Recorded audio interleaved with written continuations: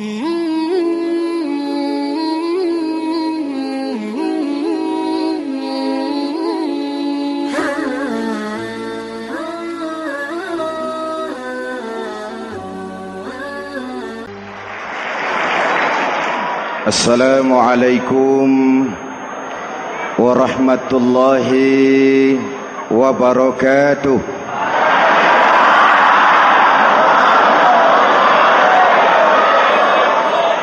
Alhamdulillahi rabbil alamin.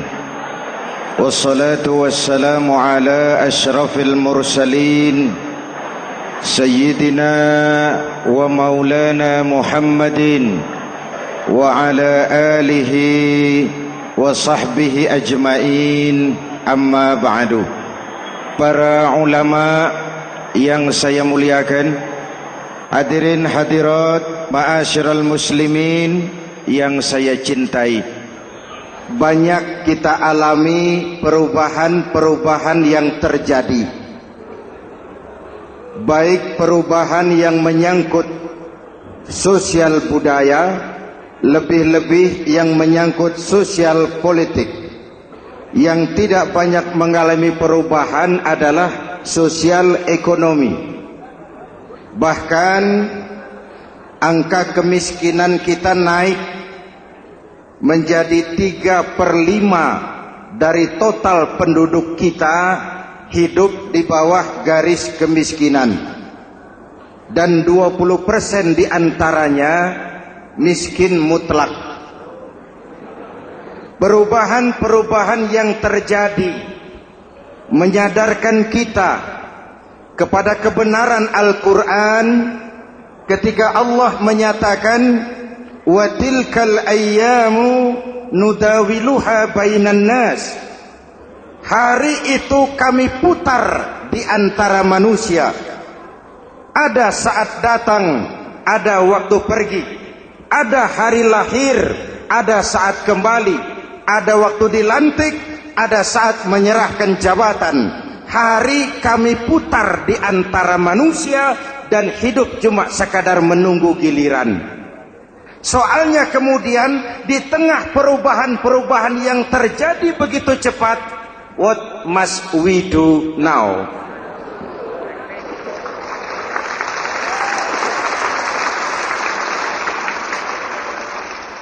Saya juga nggak ngerti itu. Yang penting kan penampilan. Saudara-saudara kaum muslimin di seluruh tanah air, jadi pemimpin adalah pelayan bagi orang yang dipimpinnya.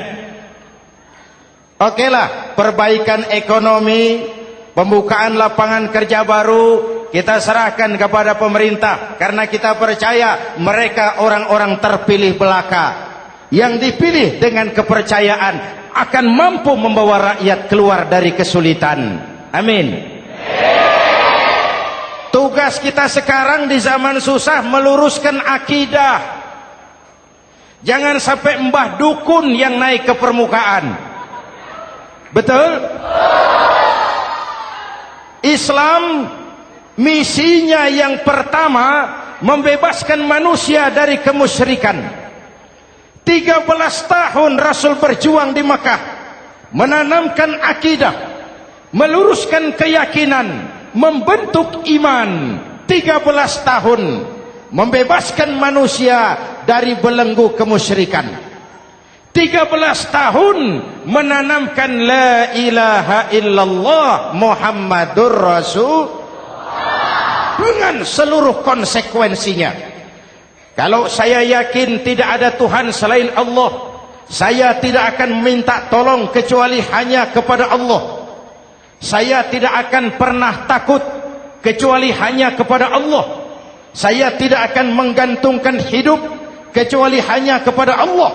Saya tidak akan minta rizki kecuali hanya kepada Allah. Saya tidak akan melarikan persoalan kecuali hanya kepada Allah. Kalau konsekuen dengan keyakinan ini, mbah dukun nggak dapat tempat.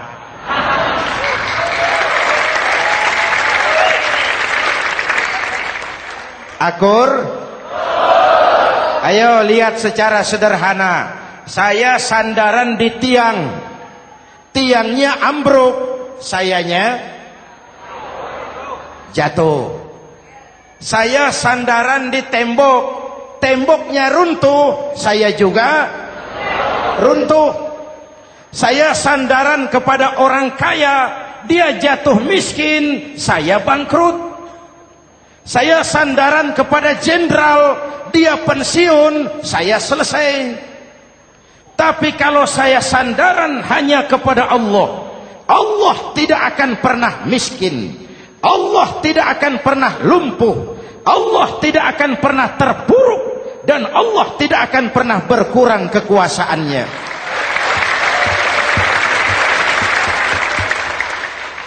Maka umat Islam, sesulit apapun zaman yang kita hadapi, Allah juga tempat kita bersandar.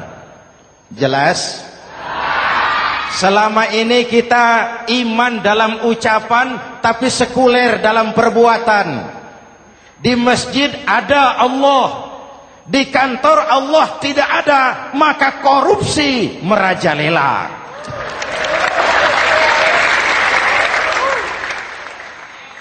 Di masjid ada Allah, di pasar Allah tidak ada, maka timbangan tetap curang.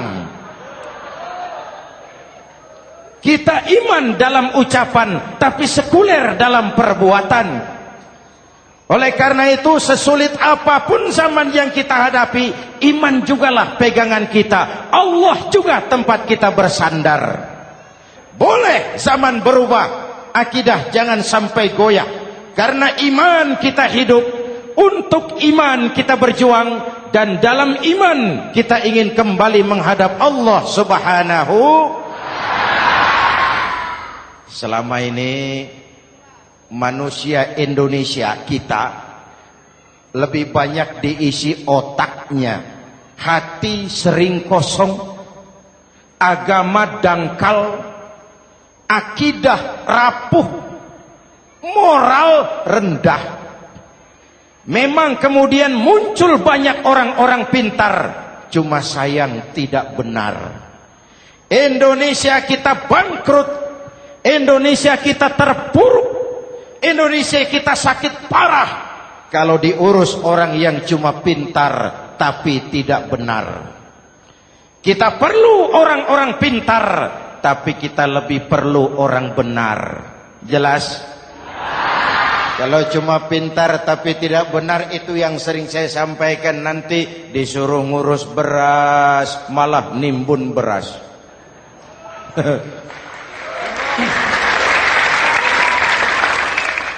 Disuruh ngurus laut malah jadi bajak laut. Disuruh ngurus hutan rame-rame jadi orang hutan. Jutaan hektar hutan Indonesia kita ini merupakan kekayaan sumber daya alam kita yang harus digunakan bagi sebesar-besar kemaslahatan rakyat. Yang disuruh ngurus hukum malah bikin hukum seperti pisau, tajam ke bawah, tumpul ke atas. Jangan heran lalu di masyarakat muncul street justice, pengadilan jalanan, sebagai refleksi dari ketidakpuasan melihat sikap hukum yang sangat berpihak. Kalau yang kecil salah, hukum cepat-cepat ditegakkan.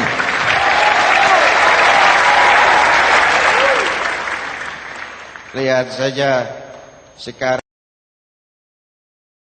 sekarang ini kalau orang terkenal banyak uang punya masalah, antri yang bela.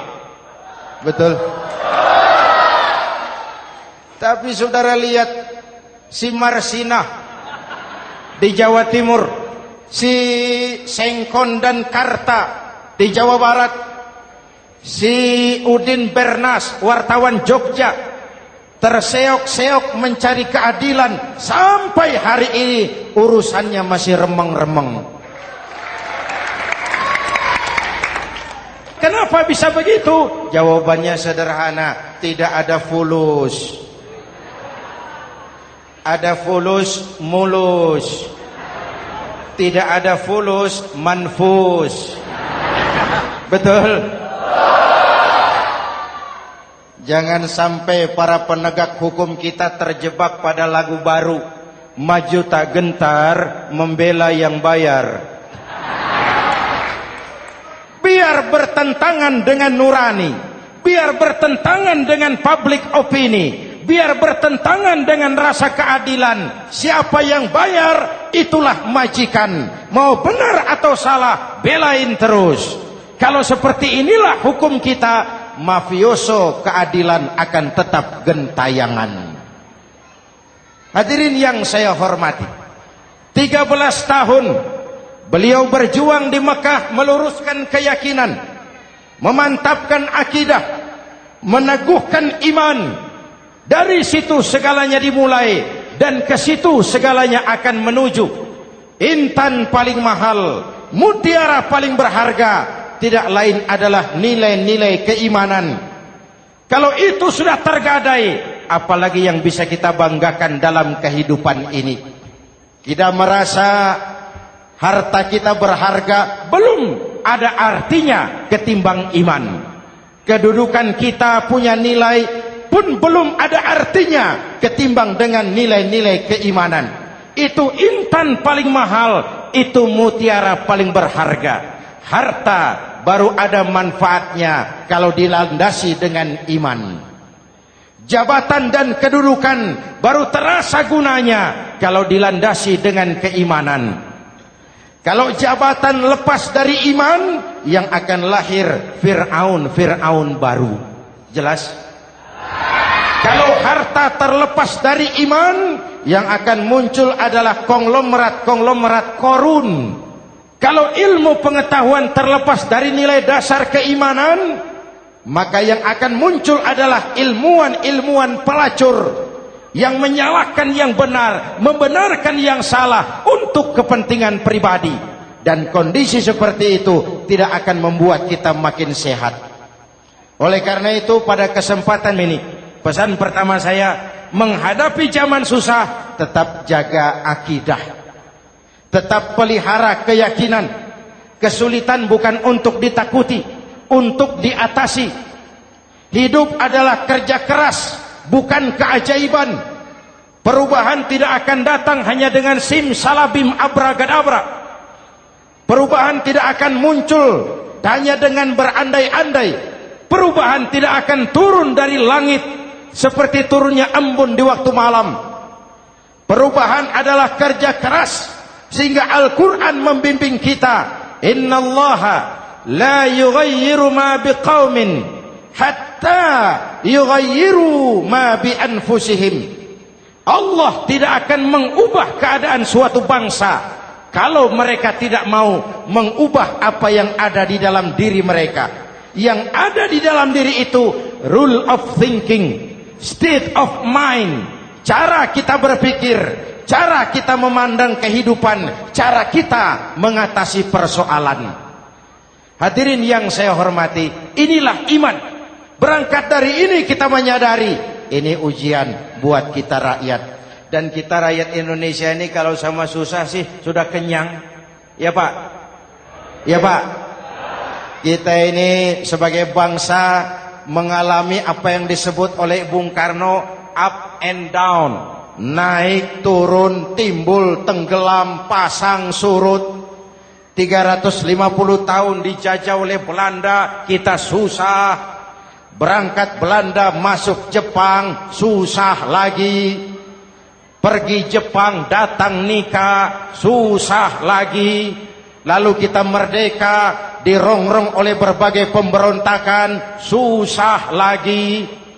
Makan bulgur, antri minyak. Lalu PKI berontak, susah lagi. Muncul orde baru, lama-lama susah lagi. Orde baru selesai, naik reformasi, mulai repot nasi, susah lagi.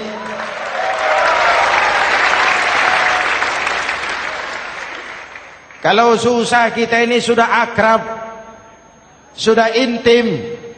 Mestinya kalau sudah susah seperti itu, jangan salah sikap menyikapi kesusahan. Jangan sampai kita potong kompas, ambil jalan pintas, terjebak menghalalkan segala cara. Itu tidak akan menguntungkan, itu tidak akan menyelesaikan. Kalaupun selesai, nampaknya penyelesaian sesaat, dan penyelesaian sesaat bukan penyelesaian yang sebenarnya. Karena itu tetaplah dalam koridor keimanan.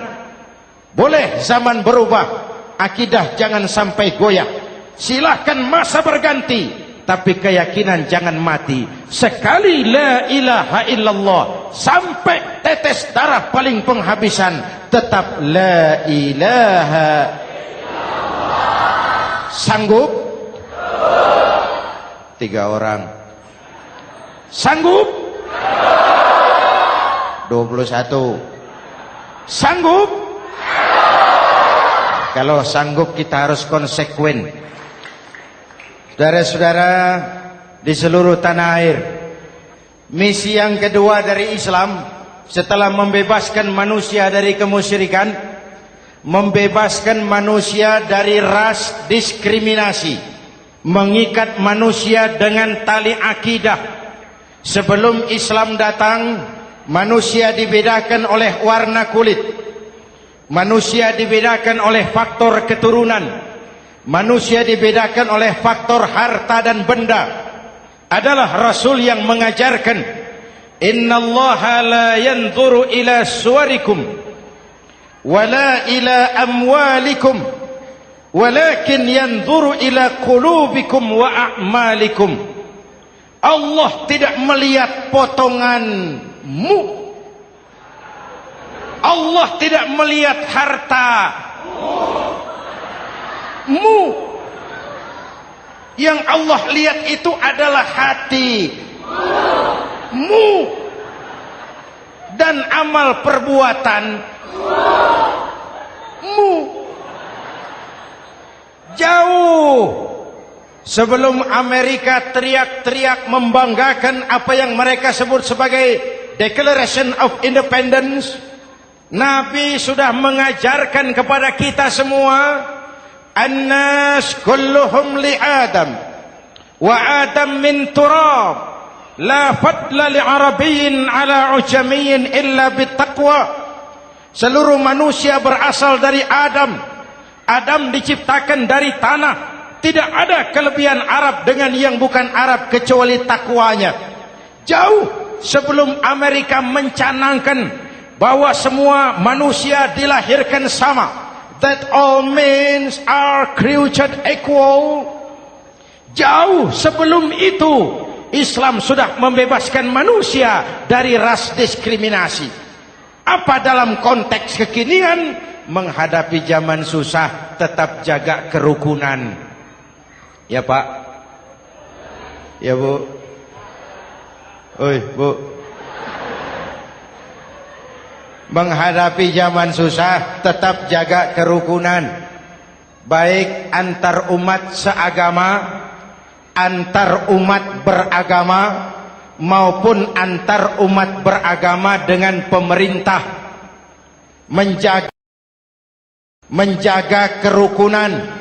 Jangan saling sikat sikut di antara kita. Sebab kalau sudah rukun, saya ajak berhitung. 1 ditambah 1 sama dengan, itu matematika namanya. Hasilnya pasti. Tapi angka sosial hasilnya aneh. Saya ubah jadi angka sosial. Ayo kita berhitung lagi. 1 orang takut ditambah 1 orang takut sama dengan 2 orang setengah berani. Kenapa setengah berani? Karena sudah berdua. Tadi kan takut sendiri. Kalau sama-sama takut berkumpul jadi setengah berani. Kalau ditambah 1 orang takut lagi, 1 orang takut ditambah 1 orang takut ditambah 1 orang takut sama dengan 3 orang berani. Kenapa jadi berani? Karena sudah bertiga. Kita yang lemah, kita yang marginal, kita yang dikucilkan, bahkan kita yang dilecehkan, kalau mau rukun kita akan kuat dan tidak bakal dipermainkan orang.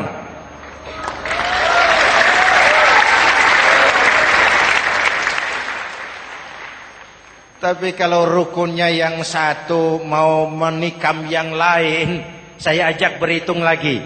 Yuk berhitung yuk.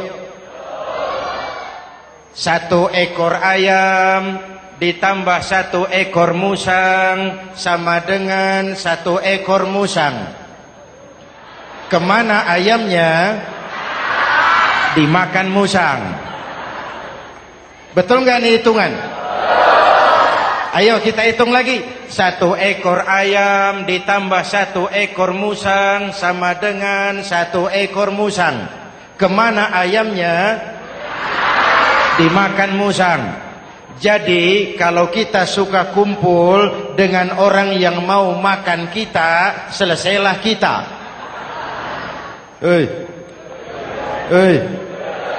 Maka kalau merasa kita ini ayam, yuk kumpul sama-sama ayam, pulang ke kandang ayam. Kalau ada ayam kumpul ke kandang musang, itu namanya ayam minum baygon. Jelas? Menjaga kerukunan.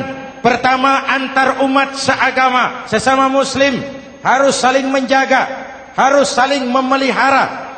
Baik dia muslim yang jadi kapolri, baik dia muslim yang jadi kasat, baik dia muslim yang jadi pengusaha, baik dia muslim yang jadi petani, nelayan, guru, semua komit menjaga semangat kebersamaan, rukun antar umat seagama.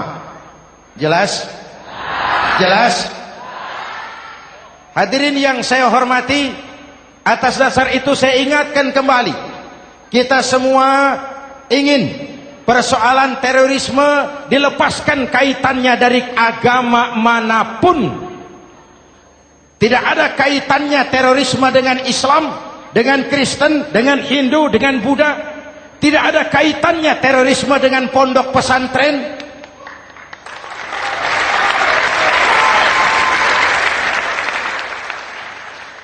Jangan sampai pesantren jadi kambing hitam. Karena sejak zaman penjajahan, pesantren sudah terbukti memberikan kontribusi bagi perjuangan memerdekakan rakyat Indonesia. Rukun antar umat seagama. Yang kedua, rukun antar umat beragama. Islam ini rahmatan lil. Jangankan manusia walaupun berbeda agama, binatang saja dihormati. Ada hadis, fa iza zabahtum fa ahsinuz zibhata. Kalau kamu menyembelih hewan, sembelihlah dengan cara yang terbaik. Jangan menyembelih ayam dengan pisau tumpul. Itu namanya tidak berperi kebinatangan. Yang kecil lagi, saudara buka babul istinja, makruh buang air kecil di tanah yang berlubang. Sebab apa? Pertama, menjaga kesehatan. Siapa tahu di lubang yang saudara buang air kecil itu ada gas beracun. Kalau tidak, melindungi binatang yang ada di dalam lubang. Siapa tahu di lubang yang saudara buang air kecil itu ada semut sedang rapat membahas terorisme. Apa dosanya lalu mati dikencingi? Ini namanya rahmatan lis semut. Binatang saja dilindungi. Maka perbedaan agama tidak harus menyebabkan kita bertolak belakang. Perbedaan agama bukan alasan untuk saling bermusuhan. Apalagi kita sudah menyadari tentang kemajemukan kita, tentang kebinekaan kita, tentang keragaman kita. Rukun antar umat beragama. Saling menghormati, saling menghargai, tapi tetap dalam batas lakum dinukum. Lalu rukun antar umat beragama dengan pemerintah. Hadirin yang saya hormati, yang benar kita dukung, yang salah kita perbaiki dan kita tegur menurut cara-cara yang diajarkan oleh agama kita. Dan sholat berjamaah, pendidikan bernegara yang paling bagus. Tadi kita sholat ada imam, ada makmum, betul? makmum wajib ikut imam kalau imam benar sholatnya. Rakyat wajib ikut pemimpin kalau pemimpin benar mimpinnya. Masyarakat Islam ini loyal. Masyarakat Islam ini bukan pemberontak. Masyarakat Islam ini taat dan setia. Kapan? Kalau imamnya benar. Imam takbir, makmum. Imam ruku, makmum. Imam i'tidal, makmum. I'tidal. Imam sujud, makmum. Tapi kalau imam keliru, mestinya imam ruku malah sujud. Salah imam ini. Tegur.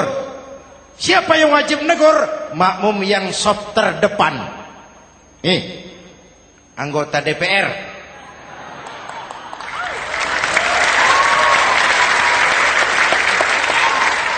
Ini wakil-wakil makmum ini. Sop di depan ini. Kalau imam keliru mereka paling tahu. Ngomong. Tegur. Bagaimana negurnya? Ada aturan main. Mestinya ruku imam sujud. Salah ini imam. Subhanallah. Kan begitu negurnya. Betul? Tidak boleh juga imam keliru makmum emosi. Main pegang. Weh makmum salah. Hoi hoi. Kacau sholat. Betul? Anggota dewan ini soft di depan. Itu kalau imam keliru. Satu saat imam buang angin. Namanya manusia bisa buang angin toh. Apa makmum lalu berkata, demi kesetiaan saya kepada imam, imam buang angin, saya lebih keras lagi.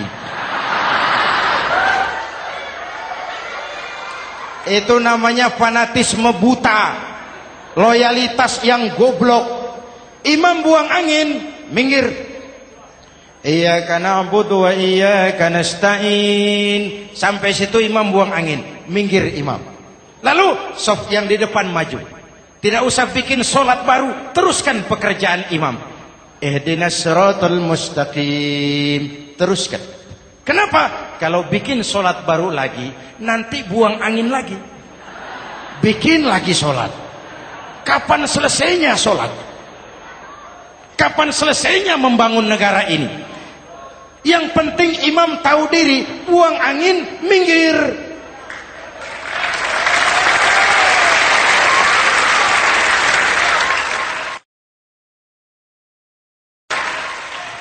Ini kacaunya sholat berjamaah kita sekarang. Kacaunya negeri kita sekarang. Banyak imam sudah buang angin, gengsi. Diam aja merasa nggak punya salah. Dikasih tahu sama makmum, imam tadi buang angin ya, malah jawab sedikit. Apa kalau sedikit lalu tidak batal sholat itu? Mekanisme kehidupan sosial yang diatur lewat tuntunan sholat berjamaah. Sehingga Nabi berpesan, kun imaman muta'an au ma'muman muti'an fala takun thalisan jazu'a. Kalau jadi pemimpin, jadilah pemimpin yang ditaati. Kalau jadi makmum, jadilah makmum yang mentaati. Jangan jadi golongan ketiga pemecah belah. Di depan tidak jalan, di belakang takut, ditaruh yang di tengah, di depan didorong, yang belakang ditendang. Ini namanya biang kerok. Saudara-saudara, dari uraian singkat ini saya ambil beberapa catatan pokok. Pertama, kalau ada intan paling mahal, kalau ada mutiara paling berharga dalam hidup kita, itu tidak lain adalah karena keyakinan.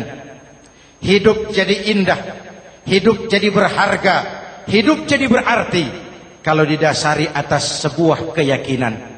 Dan keyakinan itu tidak lain adalah nilai iman kita, akidah kita kepada Allah Subhanahu wa ta'ala.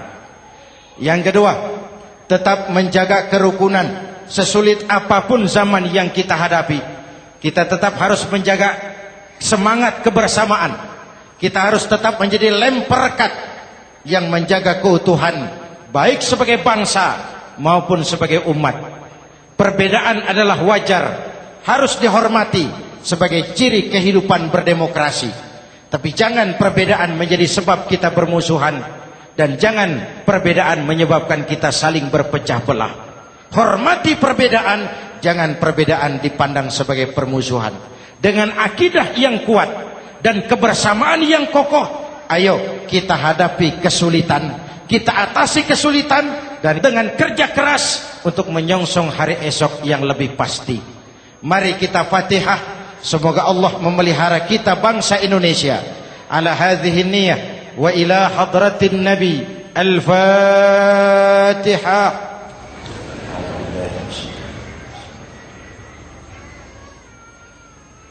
Iyyaka na'budu wa iyyaka nasta'in. Ihdinas siratal mustaqim. Siratal ladzina an'amta 'alaihim. Bismillahirrahmanirrahim. Amin. Alhamdulillahi rabbil alamin. Allahumma salli wa sallim mubarak ala sayyidina Muhammadin wa ala alihi wa sahbihi ajma'in. Allahumma rabbana taqabbal minna salatana wa siyamana wa qiyamana wa takhassu'ana wa ta'abbudana wa tammim taksirana ya arhamar rahimin. Allahumma aslih man fi salahihi salahul muslimin. Allahumma ahlik man fi halakihi salahul muslimin. Allahumma rabbana la tu'akhizna in nasina aw akhtana. Rabbana wa la tahmil alaina isran kama hamaltahu ala alladhina min qablina.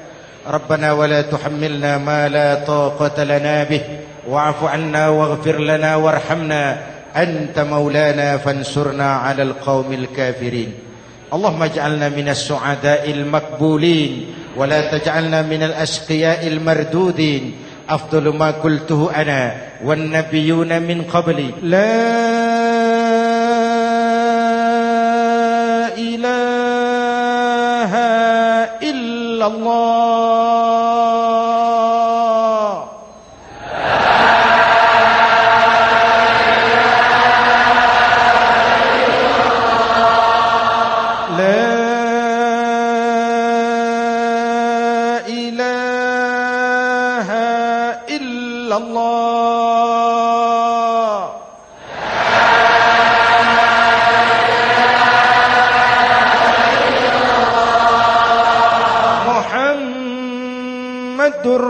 Rasulullah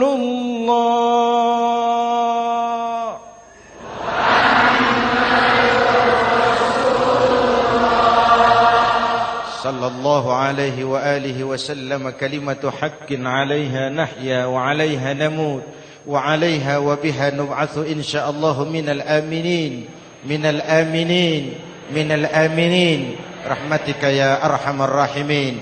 Sallallahu ala sayyidina Muhammad wa ala alihi wa sahbihi ajma'in. Ana rabbika rabbil izzati amma yasifun. Salamun alal mursalin. Walhamdulillahi rabbil alamin. Jumpa lagi di lain kesempatan insyaallah. Wassalamualaikum warahmatullahi wabarakatuh.